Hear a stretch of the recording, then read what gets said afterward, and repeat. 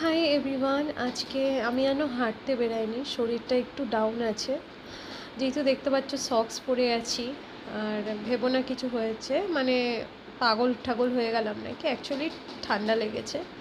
এখানে আমি পটল কেটে রেখেছি, আর ওখানে দেখতে পেয়েছো অনেকগুলো সবজি কুচি কুচি করে কেটে রেখেছিলাম। অ্যাকচুয়ালি আজকে বানাবো ডালিয়ার খিচুড়ি। এটা আমি রাত্রিবেলা বানাবো, আমার মা যেভাবে বানায় সেভাবে অনেকটা সেম, কিছুটা আলাদা হলে, বাট মায়ের থেকেই শেখা এই ডালিয়ার খিচুড়ির রেসিপিটা। মানে মাকেই দেখতাম, মাকে দেখি আমি, কারণ কি মা বাড়িতে দুবেলা হয় রান্নাটা। সেটা হচ্ছে মর্নিংয়ে ব্রেকফাস্টে বাবা আর ভাই খায়, আর রাত্রিবেলা বাবা আর ভাই খায়।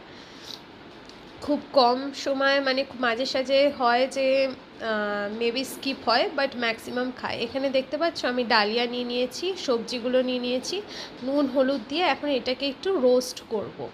কোনো তেল আপাতত দিইনি, শুধু নুন হলুদটা দিয়ে একটু নাড়াবো, একটু মানে ভাজা ভাজা টাইপ করব।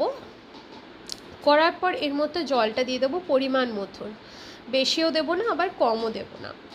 আর ডালিয়া অনেকটা, মানে ডালিয়াতে অনেকটা জল লাগে ওটসের কম্পেয়ারিজনে। আমি যদি দেখি ওটসকে যদি কম্পেয়ার করি তো ডালিয়ার অনেকটা বেশি জল লাগে। আর আমি সব রকম ভেজিটেবলস ছোটো ছোটো করে কেটে দিয়েছি। প্রেশার কুকারে বসিয়ে দিলাম, আমি লো ফ্লেমে একটাই সিটি মেরেছিলাম, আর ওটাতে হয়েও গেছিলো। হয়ে যাওয়ার পরই আমি ভাবলাম ওটা তো মানে প্রেশার কুকারের ঢাকনা খুলতে টাইম লাগবে, ততক্ষণে আমি পটলটা ভেজে নিই। আমি একদমই অল্প তেলে ভেজেছি, যতটা তেল না দিলে না হয় আমি ততটাই মানে চেষ্টা করি একদমই কম তেলে। কারণ কি এখন সর্দি টর্দি লাগলে বাইরে গেলে মানে মনে হয় যেন কফি খাই, তো কফির মধ্যে অবশ্যই সুগারটা যায়। আমরাও তো মানুষ, অনেক সময় ভুল হয়ে থাকে। তো এখানে দেখো আমি তেলের মধ্যে, সর্ষের তেলে আমি দিয়ে দিয়েছিলাম 5 ফোড়ন, আদা, আর হচ্ছে এই যে শুকনো লঙ্কা।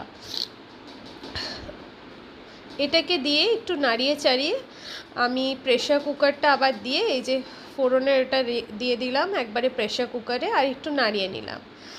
আর খুব ভালো লাগে। আর যেহেতু আমি বললাম শরীরটা ডাউন আছে, তাই আমি একটু জ্যাগারি পাউডার দিলাম, জাস্ট একটু খেতে ভালো লাগার জন্য। চলো বাই।